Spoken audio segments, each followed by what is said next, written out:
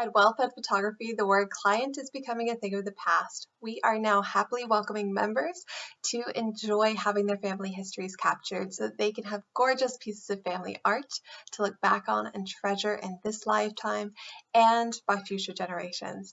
If you'd like to learn more about becoming a member, you can visit our website at wellfedphotography.com/membership or download our membership brochure in the link provided. Now, we hope you enjoyed the episode.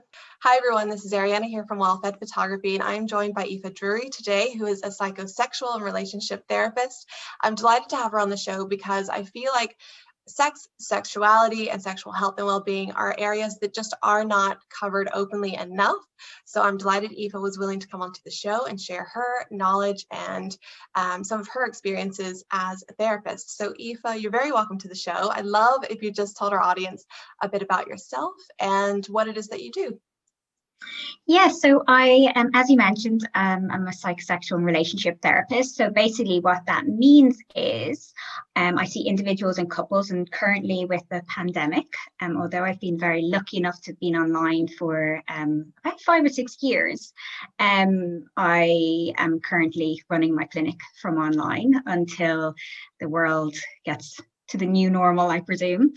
I am working on a doctorate at the moment. I've just finished my first year, and fingers crossed and touch wood that I passed. So I haven't set myself up here to have to tell everybody that I'm repeating.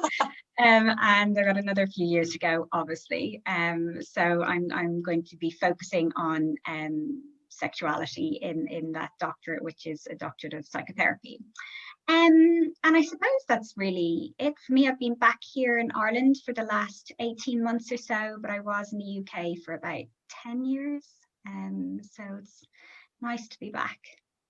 What is it that drew you to this work, and why do you feel it's so important to have this as a service that's available to couples or to individuals?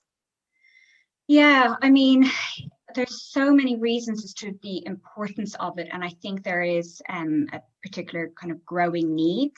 I think there's a lot of work that still needs to be done around normalizing sexual health and well-being, like we do about mental health, but not as much as we do about physical health. And I've always felt very passionate about that. I think particularly coming from Ireland and seeing that struggle between the separation of church and state at times, the still ongoing aspects around poor or no sex education, which is a common theme within my practice. And I really feel driven to educate adults around sex education and young people. I work with over 18s around scientific, research-based, although I work a lot with philosophy now particularly, but the kind of cultural components of sex and it being likened to that physical health in terms of how we talk about it, just to be able to create safe spaces and people to feel less alone. I agree with that so much because I'm from a similar cultural background in that I'm from the southeastern US of the United States, which is known as the Bible Belt. It was very abstinence-based sexual education and a lot of fear-based education, I would have to say. A lot of either you just don't talk about it, or when you do, it's to try to scare people away from it rather than being empowered with knowledge and being able to openly speak about sex and sexual well-being. So I'm curious to know, what does that actually look like for you? Like sexual health and well-being, what is that? That's a really good question. I think one of the first things is that I would say it's not about I suppose sexuality can be described as like a verb and a noun. So we're kind of talking about it as an experience and also a way of being. So it's that sense of us and our entities, because sex is unique and as versatile as we are as people, you know, that intrinsic, multifaceted component of us. So for me, it's about incorporating the sexual side of self, and that is self-confidence around sex. It's about self-esteem. It may be about normalizing and understanding ourselves as a person, as a whole. It's just this added aspect, and that can be sexuality in terms of sexual identity. It can be gender identity. It could be about having a sexual difficulty. So to me, it's about creating the opportunity to talk about things in a way that's safe and secure and understanding of each other. Yes. In our episode with Sarah Sproule, which I know that you saw, that actually brought us together to bring us to this chat. But she and I were talking about how, you know, you are a sexual being from the time that you are created. Like there is no, it's not like there's a switch where all of a sudden you become a sexual being. Like that's part of who you are. And I'm wondering if you feel similarly or if you would have different thoughts on that. 100%. I mean, I totally agree. And that kind of even makes me think of Sarah's existence breeds essence, if I'm probably misquoting him, but in terms of philosophy, is we're born with an essence, and sexuality is part of that. Because sexuality is and sexual well-being is not just physical, but also the embodied mental and internal mindfulness that I suppose we all live by. So I would completely agree with yourself and Sarah, and of course I'm a fan of hers. I am as well. She's fantastic. And I'm wondering, and this actually comes from some of my prior work. So yeah, to let you and other audience, people that are watching or listening to know, I worked in the mental health realm previously, and I was working with incarcerated individuals. And what I witnessed in prison, I was working in quite a few of them. So it wasn't just like one prison, it was all of the prisons in Georgia. What I saw there was quite a struggle with this idea that you could separate someone from their sexuality and what that actually bred out of it. So the whole idea was we can take sex away from people. We can cut them off from, you know, sexual photographs. We can cut them off from their ability to pleasure themselves. You know, we can lock them away for doing things like that, as in like within the prison, they could be reprimanded for doing things like that. And I just saw it as this constant struggle between wanting to control somebody and then them having these natural urges that they felt a need to meet. So I'm curious to hear from you, you know, whether it's in that sort of setting or whether it's, you know, shaming children around their bodies and making them feel like sexuality needs to be separate from who they are. What are some of the consequences that come when we try to make people separate from that sexual entity or their entirety of their being? Yeah, and I think that's a really good point. And you use the word shame there, and that's the word that I would be kind of reflecting back. I suppose, and I was having this conversation with a friend the other day around secrets and telling children not to do something or not to look at something, and the fallout to that. The consequences of that tend for children. I was particularly talking about access to pornography for children at the time. But once we start telling children not to do something, firstly, they're going to be more intrigued. They're going to want to know. And as a result, they may find it the wrong way, which of course, you know, Sarah Sproule is an absolute queen at talking about these things. But the real consequence that you find then is shame. If you tell a child there's something wrong or dirty, we know this through religion, here in Ireland, particularly if we say to a child that something is wrong or dirty, like masturbation, and that it's a sin, there's only going to be a sense of isolation, a sense of internalization, and there's fallouts to that. There are repercussions to that in the adult, because we hold aspects of our childhood, the fragments and this discord that we've experienced, into those adult versions of ourselves. And that then plays out in adult relationships in many different ways. What are some ways that that plays out, or what are some examples? Well, I would say one of the things is even thinking about the law and around homosexuality being a sin. 1993, it was illegal in this country, as far as I can recall, to be gay. So if you're told that an inherent part of you is wrong, or is detrimental, or is illegal, then you're pushing things down. Now, whether that comes out in aspects such as internalized homophobia, whether that comes out in aspects such as repression and not living a life and so that you deserve to, and depression, it can also come out in high suicide rates too. So suicidal thoughts, active suicide, and that's a really dangerous place as a society for people not to feel that they can be themselves. Absolutely.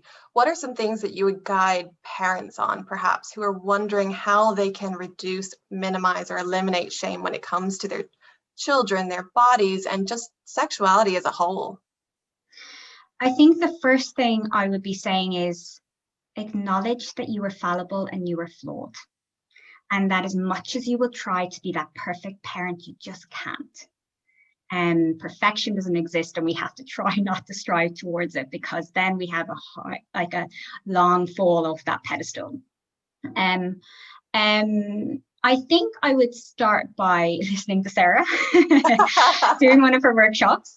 I would also be encouraging people to create space for children to approach you. So normalizing conversations around sex, about body, but also about how you speak about your body, how you speak about yourself, because ultimately we are role models for children, even if it's not intentional, that they pick up on that verbal and non-verbal aspect. I mean, they pick on those tiny little words and those tiny little phrases.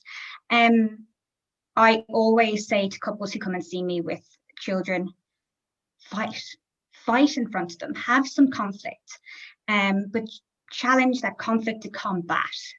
There's a difference between the two, but show that it's okay to have boundaries, to articulate and assert yourself. And I would also say, know your limitations as a parent as well. And so maybe a child will approach you, or perhaps they're struggling with something and you only have so much scope to work with because you're that fallible human, right, like us all. And when you encourage a child to go and seek help elsewhere, and we do that through going to the GP, and you need those antibiotics, we need to normalize that with antidepressants. And maybe it's a therapist who needs to help them and can only do that work and you can't. So there's a few different things, I think, just creating the space to talk openly and communicate in a way that's boundaried and clear, and so the kids learn to grow up to be assertive. I love that. And I'm wondering, I'd say parents for themselves, they're probably trying to navigate how to know when is okay to talk about sex and things like that around their children, or when they shouldn't, because I think for a lot of parents, like, they may talk openly up till a certain age, about their own relationship and things that they want to do, or talking about each other, and then they start to think, okay, maybe our children are getting a little too old, maybe they're going to understand some of this. So do you have guidance when it comes to that? So in terms of it getting to a point of where that can be tapered off?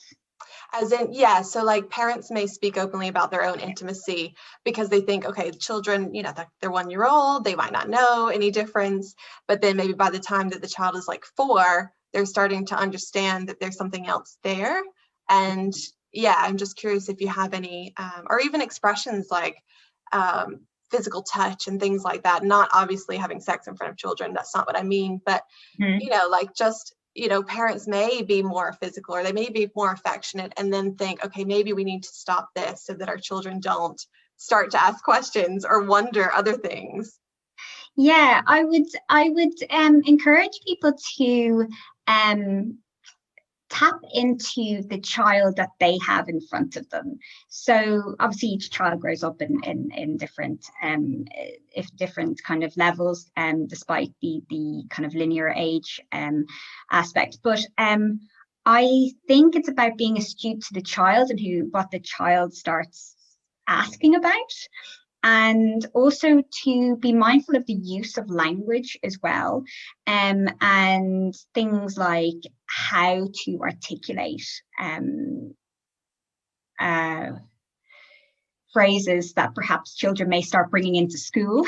So that's the other thing I would be really cautious of. So when they start talking and when they start socializing with children in a more mature way than perhaps they had previously, you know, in play school or whatever, nursery, because that can cause friction for the children themselves when they bring that into school, and there's a little bit of curiosity, and then you may have other parents calling you asking you, what have you been telling your child, you know? So I don't know if that helps a little bit, but yet again, that's the sort of question I would direct to Sarah, because she is so well versed in that. Absolutely. And I was going to actually say, we've talked about children a good bit, but I'd love to ask, particularly because our audience is largely made up of parents or people that are married or in long-term committed relationships. So what would people normally come to you for that are in that situation? So various reasons people come to me. Couples at the moment, and I think maybe using the current climate may be useful, because I'm sure people who are listening are experiencing some of the things that other couples are. Maybe some are attending therapy, some aren't. At the moment, there is an impact on desire within relationships and as individuals. Healthcare crisis is going to do that. Financial stressors, childcare issues, worried about their own health and well-being of others.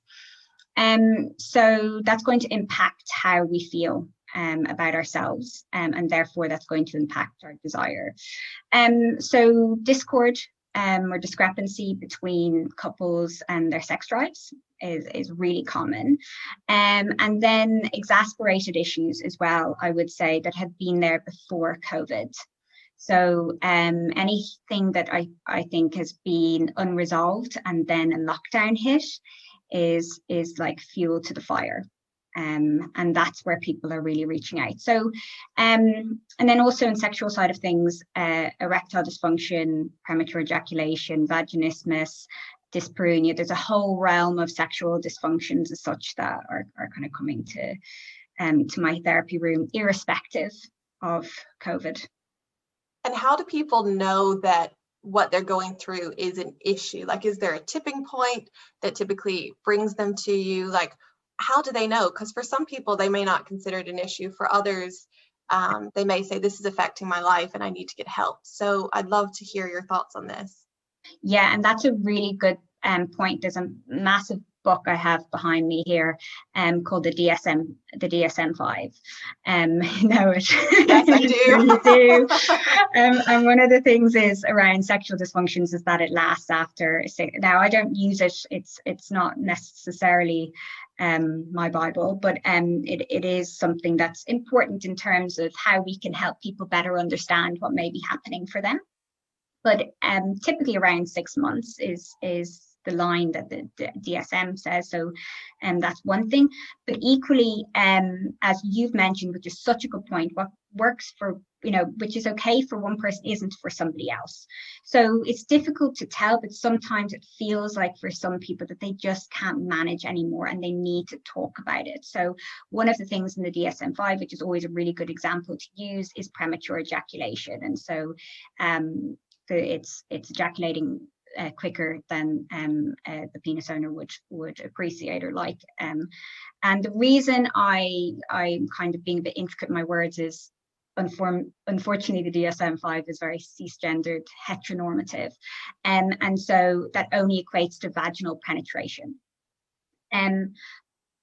But in saying that, somebody may ejaculate in 3 minutes and be okay, where some people may last for 7 or 8 minutes and that be too short for them. Yes. So everybody's individual, I suppose, is what I'm saying in a not very articulate way. No, you're doing a fantastic job. And I'm wondering actually, what tends to be the course of action for people who come in and maybe they're experiencing that issue? Yeah, so the way I work is depending on the person in front of me. So I'm kind of an integrative therapist. So I use different modalities to cater the person in front of me. And some people say, do you know what, Aoife, I just want 6 sessions. And I go, that's fine. There's a possibility that's going to be a plaster and not a stitch.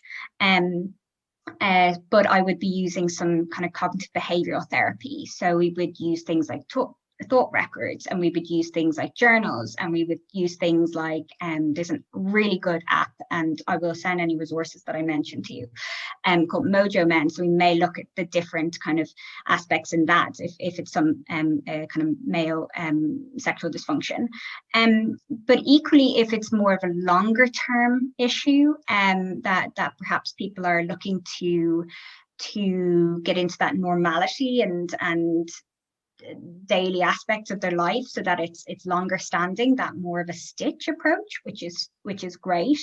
I look at what sex means to them, really means. What does sexuality mean? About how they talk about it. What's their sex life like in general? What are their goals and their aspirations? And, you know, who are they as a person? And so I'd use things like schema therapy, which is about little potholes that we fall into, ways of thinking and behaviours that we may fall into, thought processes, imagotherapy, which is bringing in the childhood fragments into the adult life, attachment theory. There's a whole realm of different aspects, but ultimately I'm kind of looking into more of the existential component of a person. And we touched on this a bit at the beginning, but are there people who come to you and maybe there's more of a morality or guilt side of what they're facing than an actual problem, as in like it's a socio-cultural type of problem or a problem that they've been told based on religion, but in actuality, in a functioning sexual relationship, it's not necessarily an issue? Do you see that? Sometimes it's this idea that there is the abnormal and the normal way of being. And so if we look at yet again, that normalization of it, we just want to create a space for somebody to disclose what's happening for them, and sometimes just send them on their way. So sometimes I've had 1 or 2 sessions maximum and then send somebody on their way, because actually at times creating a therapy space isn't that healthy. Gotcha. And I love that that's such an honest approach, because yeah, it's just giving them that space, like you said, and then setting them on their way. So I love that. On your website, you mention addiction in quotations. So I would love to talk about that and why you've designated this to be in quotation marks.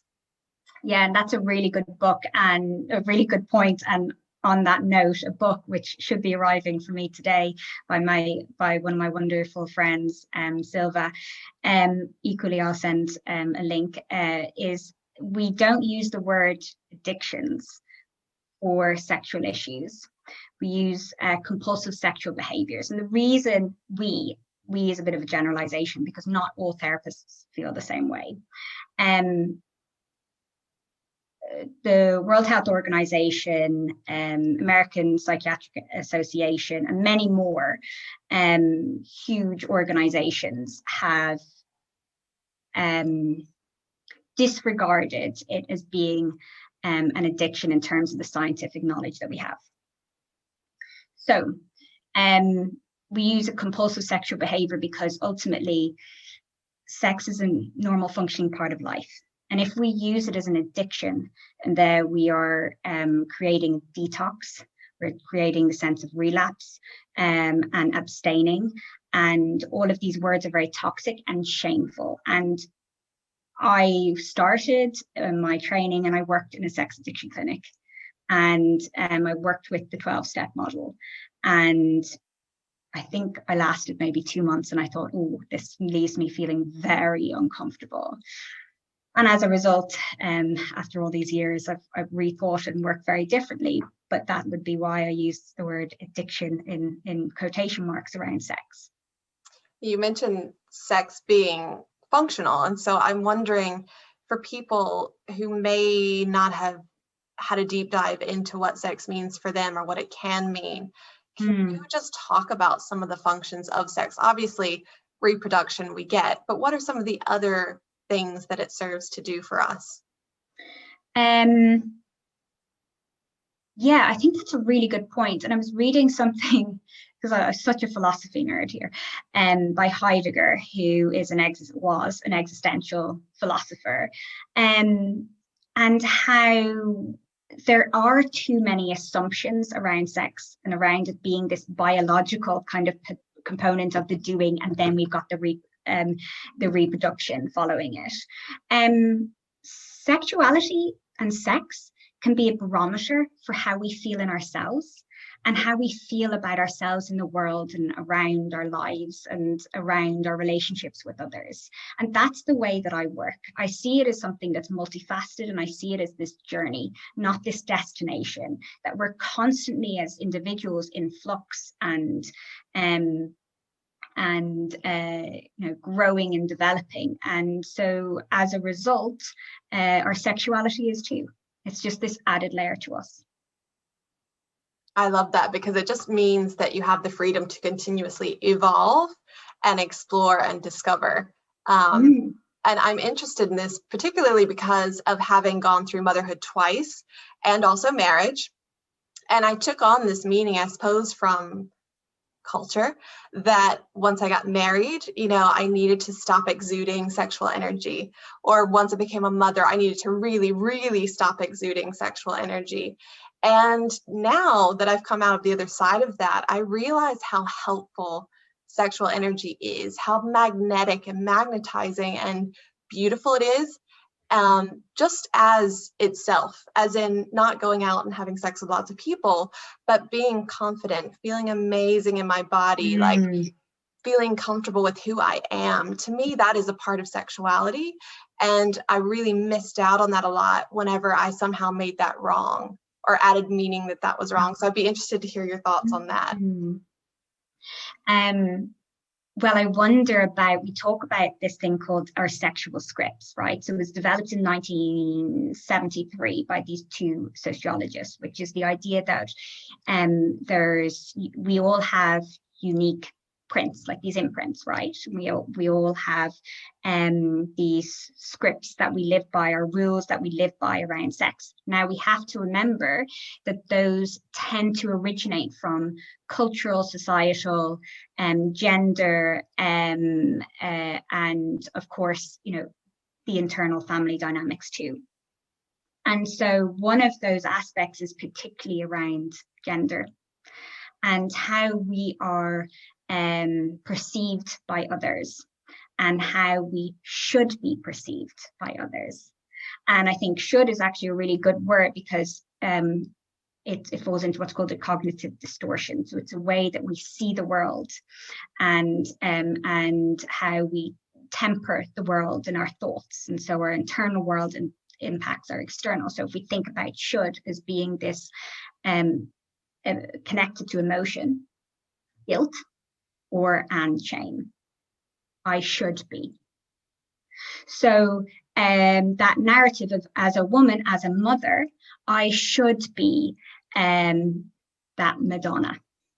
I should be well behaved. I should be well dressed. I should be there for my children. I should park that sexual side of self. And so as a result, you're in a discord. There's this discrepancy between perhaps who you want to be as well. Yes, absolutely. I feel so much more at home in my body now that I've allowed that part of myself to be present again. And I feel so much more me. Whereas before I felt like there was a part of me that was missing, that wasn't getting my time and attention. And so it's been really fun to go on that exploration and to welcome that aspect of myself back into who I am. But yeah, and go ahead. Sorry, I stopped short of the Madonna, and then I don't know if we can swear on the podcast or if there's kids watching, but it's the Madonna and whore complex that you know, that we're women are kind of painted as.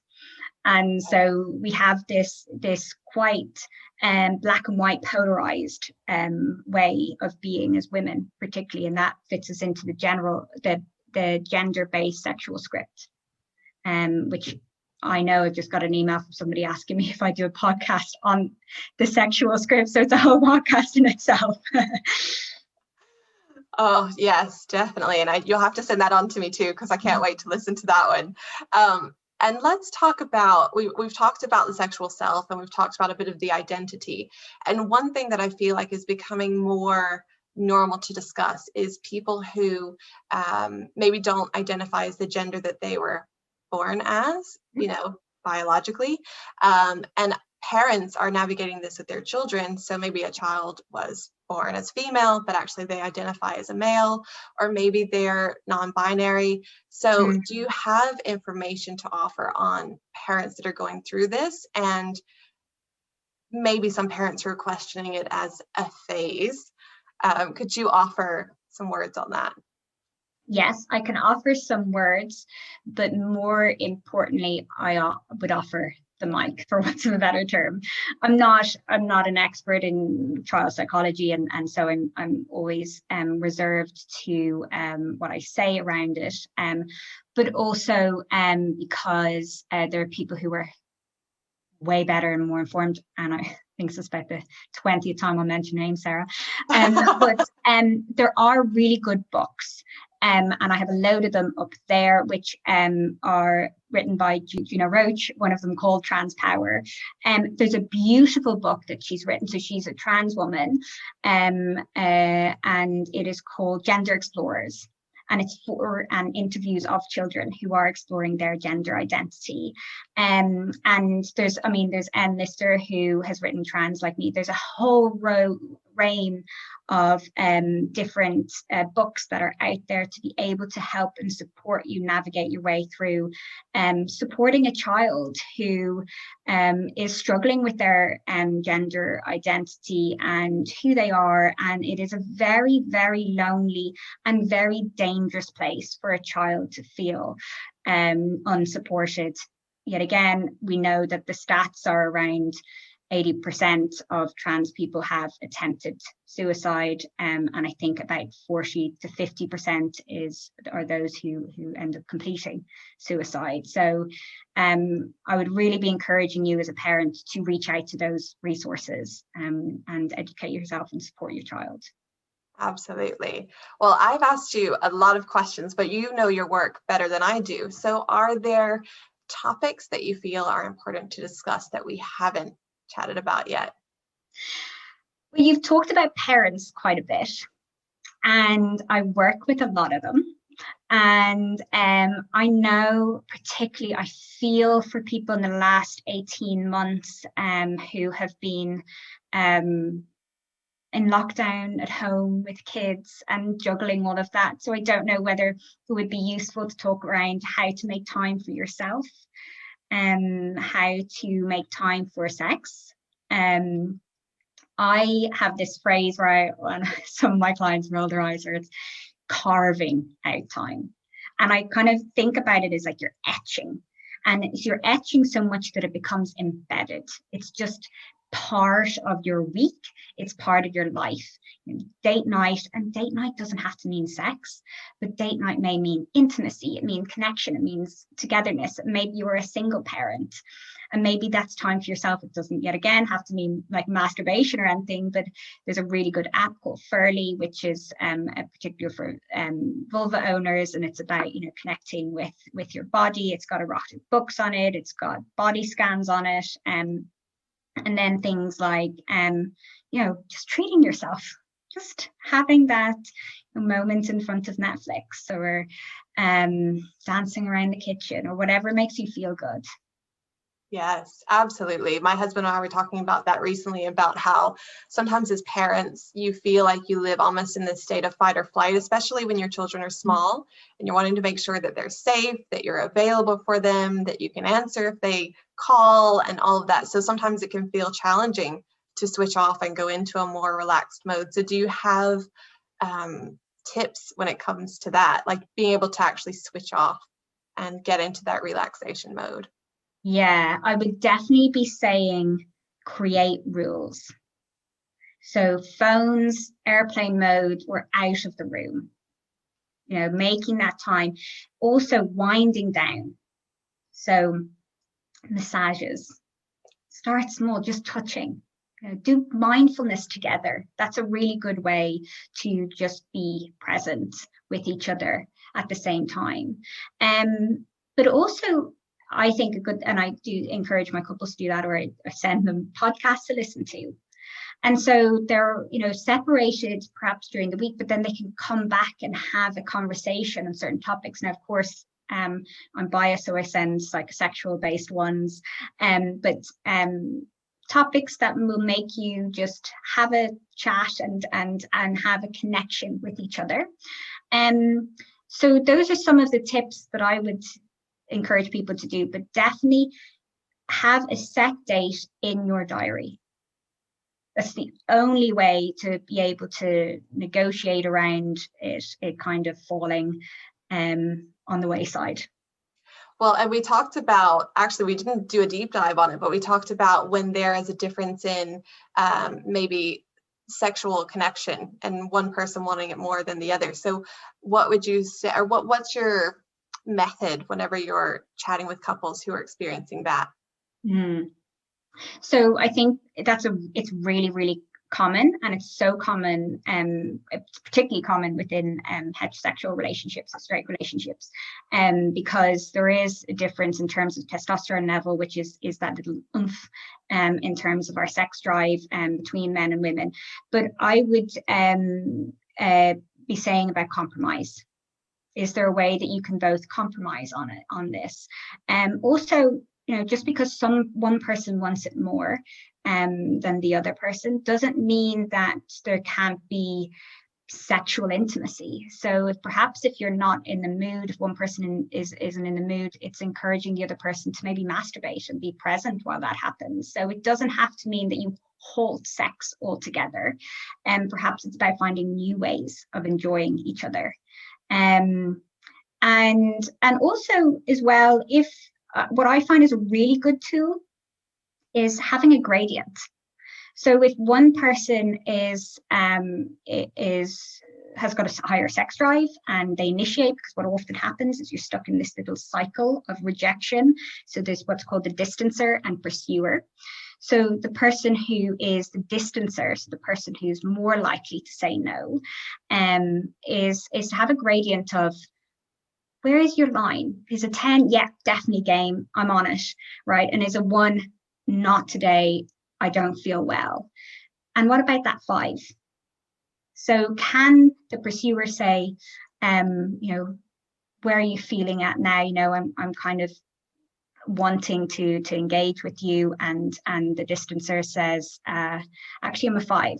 So let's see what happens. Let's just enjoy cuddling or kissing. It doesn't have to mean penetration. It doesn't have to mean sex in whatever way you define it as being. It's perhaps that little bit of movement towards that 10. I love that. That's a great way to talk about it, because then it's not black or white. Like you said, it's not just a definite yes or definite no. There's room for exploration and to see where that takes you. And you were talking about having time for yourself as well.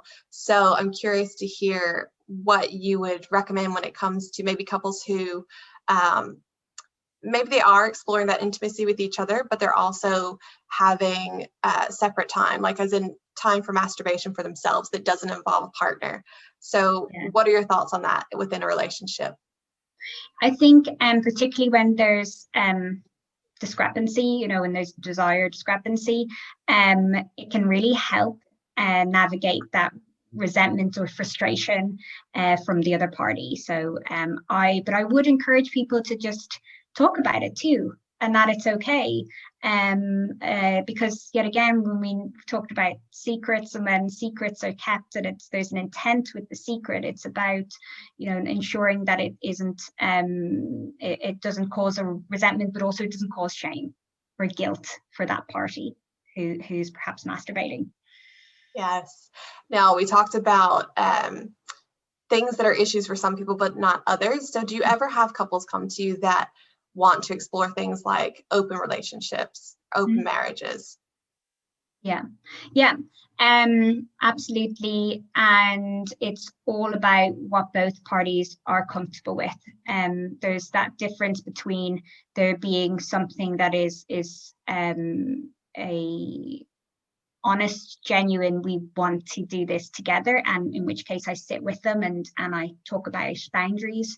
We draw up rules, you know, encourage them to have rules, because there has to be sometimes limitations around that. So, you know, we don't have sex with a friend, or, you know, not in the marital bed, or, you know, whatever it may be. But have rules, and where are your limitations and where are your boundaries for both parties? It depends. I don't know if that's, you know, for each party, or if it's one person who perhaps wants, and they're both happy to have an open relationship. Of course, that's different when one person doesn't want that. And you kind of have to draw the line as to, well, where is this choice? And where is it coercion? And where is it actually a toxic way of living your life and an unhappy way of living your life? And in which case, can you compromise that you're both happy to compromise on? Or does this indicate the end of the relationship? And you have to be kind of blunt about that. Yeah, well, I love the actually having rules and boundaries, because I think, yeah, some people could jump into that and not have those in place, and then realize later that there are certain rules and boundaries that they wish they had set or put in place that would have, I guess, protected the relationship. I also had a question just before we go around, if people are wanting to be more present in their bodies, get more in touch with the sexual side of themselves, let that be okay to be in touch with that. Do you have tips, words of wisdom, resources to offer? Yeah. I think I mentioned two apps, Furly and Mojo Men.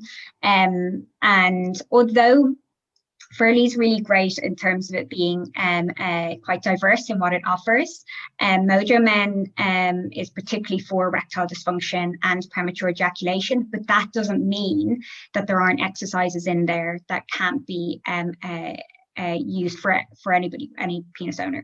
And so that's the first thing that I would be saying is those two apps. And again, I'll send that to you. But mindfulness.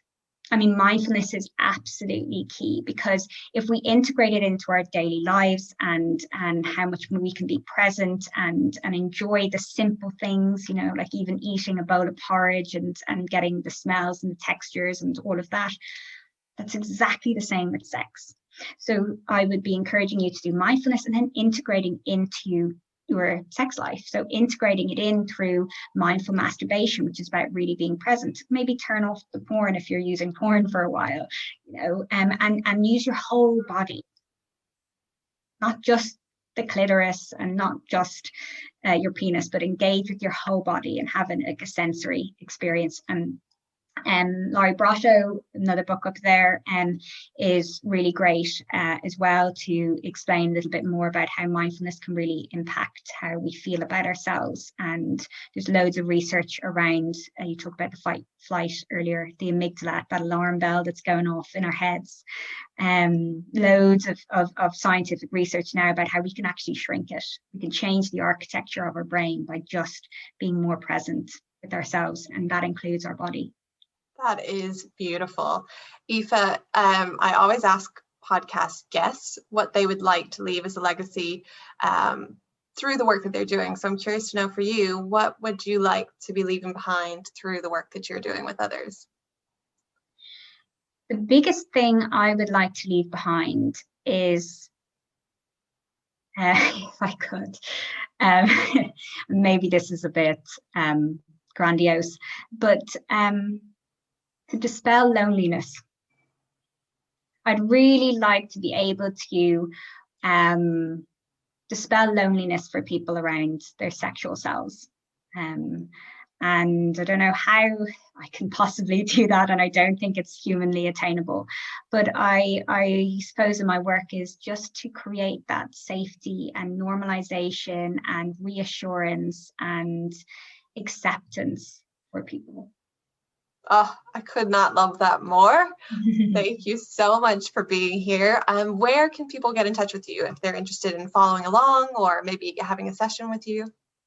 So Drury Therapy and my website. I'm pretty busy at the moment, as most therapists are, but also my Instagram account as well. So yeah, just you can always drop me a line if you do want a session, and we can figure it out. That's perfect. Would you just we'll put it in the show notes, but could you just tell people your website and also your Instagram account? Yeah, so it's www.drurytherapy.com, and my Instagram account is Drury Therapy. What is it again? Thank you so much for being here. It's been a pleasure. I'm so thankful for your time. And yeah, any last words? No, thank you. Thank you for having me on. I really appreciate it. It's been wonderful. Thank you, Aoife, and best wishes. Thank you. We hope you've enjoyed the show. Please feel free to leave a comment or a review to let us know what you loved about this episode and others like it. And if you'd like to be featured on our show, or if you know of someone who would be an amazing guest, get in touch with us at info@wellfedphotography.com and mention Living a Life Well Fed in the subject line.